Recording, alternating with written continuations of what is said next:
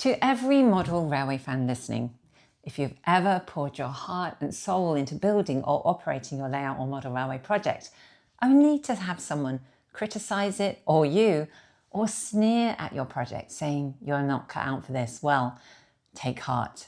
Because sometimes the people who are told that they're not cut out for this end up being the people who change everything and become the most successful people of their time. Imagine being told you have no talent whatsoever, that your passion is pointless, only to persevere and win the hearts, minds and wallets of the very establishment that once shut the door in your face. That's the story you're about to hear. It's the story of a man called David, an artist who used his paintbrush to turn rejection into purpose. He built his own railway and brought home a lost carriage from Africa to ensure that the ghosts of railway history and the dreams of steam would never ever fade into silence. A man who painted one of the most enduring images of the era of steam. Loconory, loconory, loconory. But before we stoke the firebox of this week's Loconory, if you love stories of locomotives large and small, stories of perseverance and remarkable people who refuse to quit, then click the like button, share and subscribe, and hit the bell to be notified of all my future videos. Because you're on Loconory and this line runs on inspiration and discovery. So let's get back to the story. Pull up your chair, lean in, and let's begin. Our journey begins in Hendon, North London, where on 25th of April 1931, a little boy was born, David. Neither of David's parents were artistic, but nevertheless, early on, the young boy showed an aptitude for art. At age 8, he won an art competition in Nursery World magazine, an early achievement that boosted David's confidence and was a first small glimpse of recognition. Soon after, World War II broke out and David became obsessed with aircraft spotting and collecting war relics, often doodling his finds. But aircraft weren't his only obsession. The young David also devoured stories of thrill-seeking explorers and legendary game wardens in East Africa. His heroes were the big game hunters and rangers of the 1930s, men like Dennis Finch Hatton and Colonel James Stevenson Hamilton, whose exploits fill the pages of books and magazines that romanticised Africa at that time as a wild, dangerous and noble continent. All of this felt so very far away for a small boy in North London, but little did David know that one day this would be his life. With war over, David was sent to the exclusive boys' boarding school, Stowe, in Buckinghamshire. He was a shy, sensitive boy, and those first few weeks and months were long and lonely. Worse, he was forced to take part in rugby, which he hated, but he found refuge in the art room, escaping there to avoid what he would later call the mud and chaos of the rugby pitch.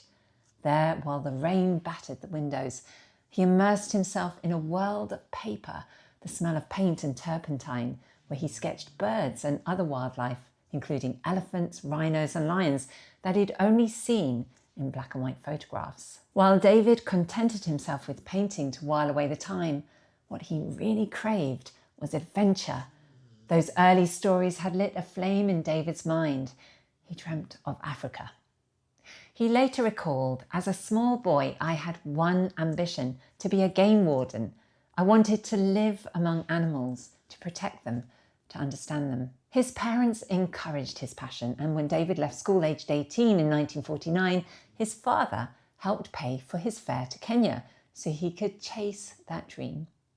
But when he stepped onto the tarmac in Nairobi, the reality was less the stuff of glamorous fiction and more like a bureaucratic cold shower.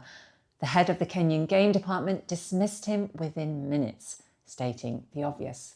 He had no experience, no qualifications, and absolutely not the faintest idea of how hard the work would be. They didn't want me at all, he laughed years later. I was a very square peg in a very round hole. By now, though, David was broke and more than a little humiliated. He didn't want to return home as a failure, but even if he wanted to, he couldn't afford the ticket. He needed to find a job. So he took a lowly receptionist job at a coastal hotel, earning £1 a week.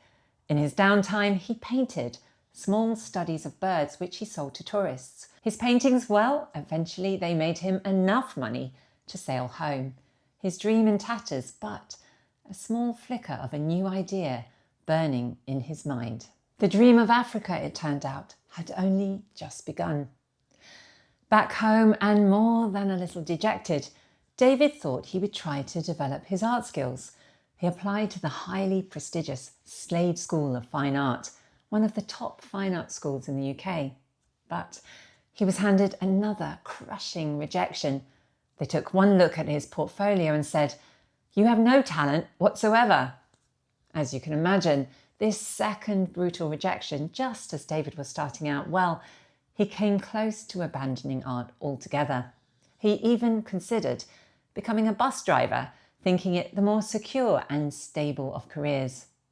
But in what would become the first of a series of fateful interventions for David, a chance encounter led to an exciting opportunity. At the bleakest moment in his early life, David happened upon a social event where he, quite by chance, met the accredited marine artist Robin Goodwin. David nervously showed him his 6 bird illustrations and held his breath, waiting for yet another rejection.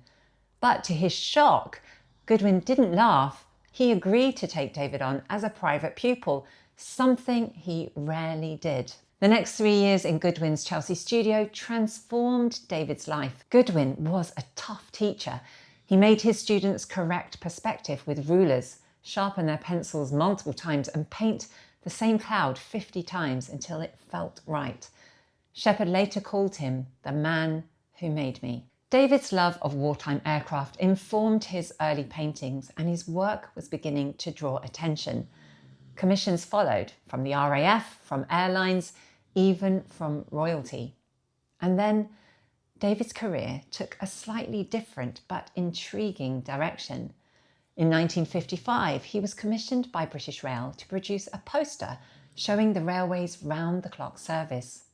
He had already developed a fascination with locomotives and industrial power as a young artist, often sketching engines and industrial scenes for practice. Excited by the project, he spent long hours at King's Cross, up close to what he described as magnificent beasts, capturing the spectacle of steam at night.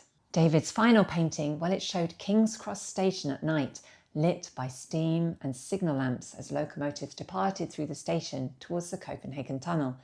A striking composition chosen from a track-level perspective to intensify the drama and realism. That immersive experience, standing among steam, signal wires and light, profoundly affected David and were to play a key part in the rest of his career and life. That one commission deepened and crystallised his love for railways. To him, locomotives were living creatures. "I paint engines the way others paint lions," he said, muscular, noisy, full of pride.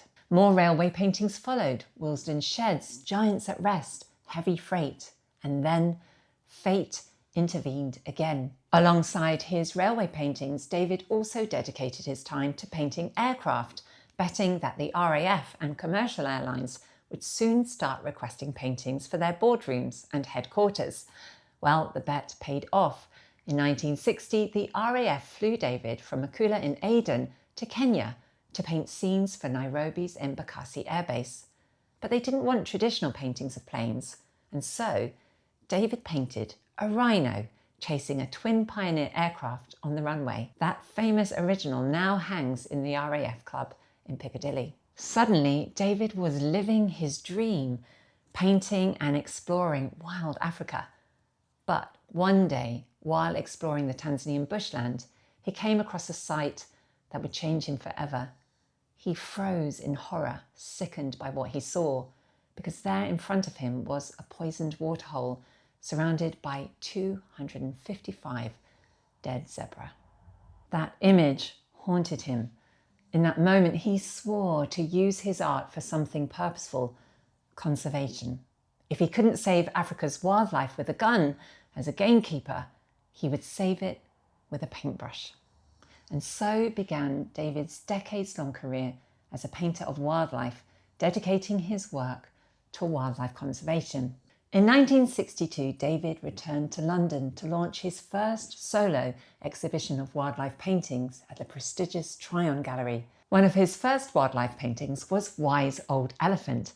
Prints of it were even sold in Boots. Over 100,000 went out the door, launching David's career as a true wildlife artist. More exhibitions followed. David was soon becoming something rare, an artist who didn't just paint, but made money, and quite a lot of it. So much so that he could do what many others only dreamed of.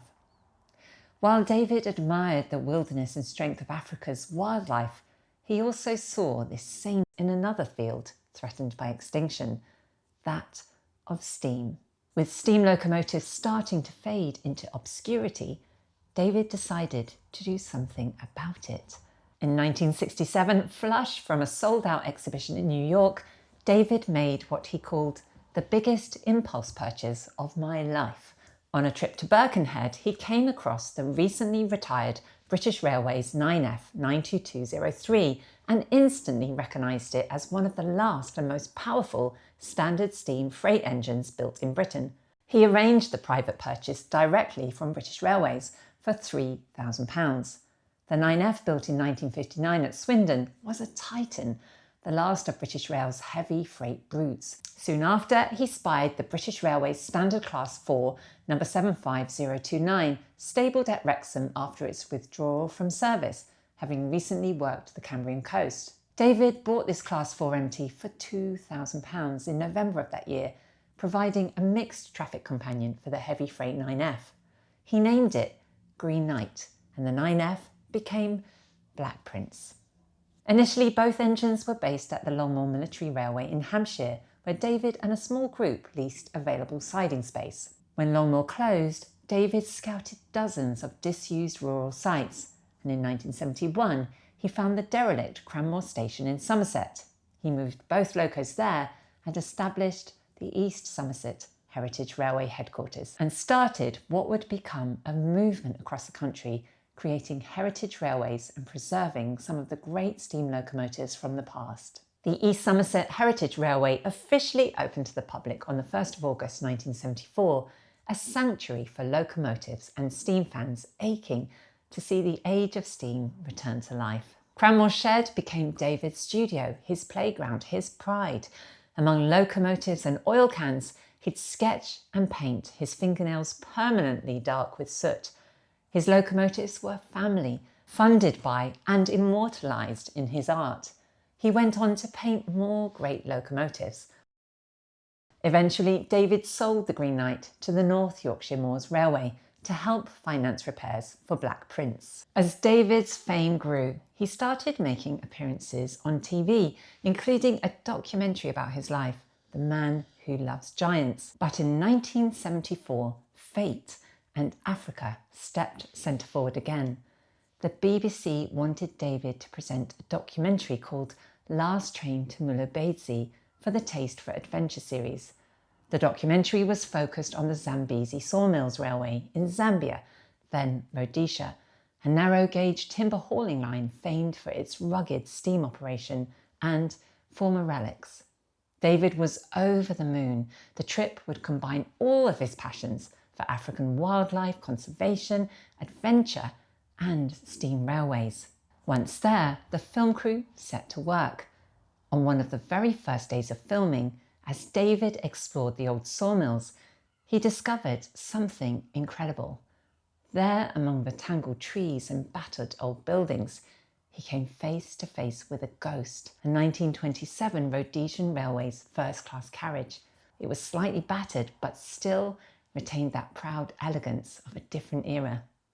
The carriage was built in Birmingham by the Metropolitan Carriage Wagon and Finance Company, and it was designed to be the very pinnacle of luxury, with plush compartments and full sets of gleaming dining silver. In 1928, it was exported from Britain and entered service as a first-class coach on the Rhodesia Railway Company network, one of many overseas railways served by British rolling stock manufacturers in the 20th century. Later, the carriage was converted to incorporate both first and second-class passengers. The carriage alone was a beautiful example of the craftsmanship that went into creating rolling stock. But it was also divisive, operating at a time when the country was marked by racial segregation, division and exclusion. Now, while racial segregation was not formally in operation on Rhodesian railways, black African passengers were often subjected to what was called petty apartheid.